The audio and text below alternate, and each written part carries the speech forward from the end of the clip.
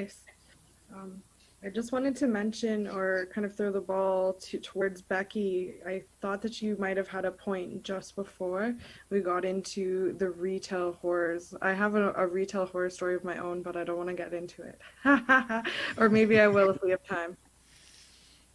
I think, Jeanette, like one of the things that I was thinking about when you were talking is just, you didn't mention the color of skin that the other manager had in the room, but I think that's kind of one of the things that I've really been thinking about is a lot of the times, and this is a completely different situation, but a lot of the times I'm, the only person in the room speaking up, and I worry about as the Sioux becomes more diverse as it should, that there won't be enough people in the room and there won't be enough witnesses to make sure that, first of all, it shouldn't have to be where, it shouldn't be like, oh, can you have my back retroactively? Like, it would be nice if in the moment that person who had, I assume, more power than you did, maybe, spoke up in the moment.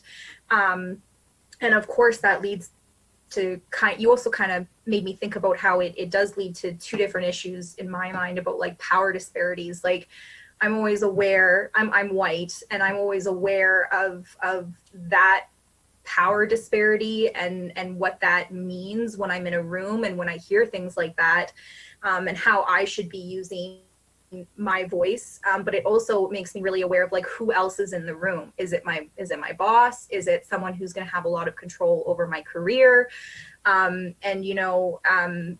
There's that weighted decision of like, okay, did anybody hear this? Is this something that I speak up for because it's practically injured somebody because it's morally wrong? Like, I do. So I don't know what the manager's situation was, but that was kind of something that came to mind. Like, what was his calculus there? And in the end, his silence, contributed, I think, maybe even more to your harm than the original commenter. So what I was going to say, it wasn't retail related. Mine is more, I won't be specific about which jobs or whether it was at law school, but generally I'm talking about the legal profession. So whether it was law students or lawyers that I met along the way, because I'm white, I've seen and heard some like pretty horrifically racist things. My way of dealing with it, it's difficult in the workplace. It's difficult in a professional setting because I always say something, but it feels like I'm not accomplishing anything a lot of the times because I'm the only person saying it. It's usually in a group setting. If it's one-on-one, then I find the conversations go much differently. I'm able to have a conversation about like, hey, have you read up on our history? Do you understand what that means? Do you understand the contemporary situation? We can kind of engage in a little bit more of a humane discussion. But, when you're one person in a group, it's a little bit more difficult to fight like the mob mentality. And I find white fragility. So one of the things I find really interesting is like people distancing themselves from whiteness while we're clearly benefiting from it. So I can't be racist because I'm Italian or I'm Polish or I'm Ukrainian and my ancestors went through X, Y, and Z. And so I have somehow no responsibility for the system that we live in.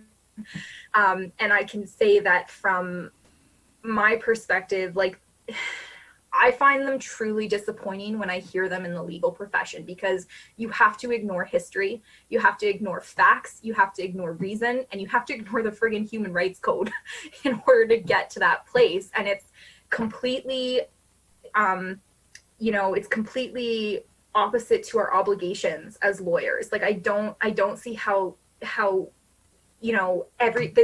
this view in the workplace that everybody's entitled to their own opinion, I feel that that's got to go. I feel that that's got to go. There's a mistake that's made and an illogical error that's made where we assume that like freedom, right to speech, and all of these things needs to trump safety of people in the workplace. and really the interpretation of the law. So sorry about that rant, but I just wanted to say, like, some of the things you said, Jeanette, really, like, when you were talking, really hit me. And that was all I was going to say as well when I was going to jump in there. It's a really good point. It's the way that you had kind of put, the lawyers are supposed to be upholding these values of like knowing their history, knowing human rights, and knowing all of these things that are supposed to put them in the place that they're at to work the best way they can, and to hear that so much of that is being thrown away when it comes to race relations and understanding their position in it all and how they benefit from it. It's like, what can be done about that? What can be done about that?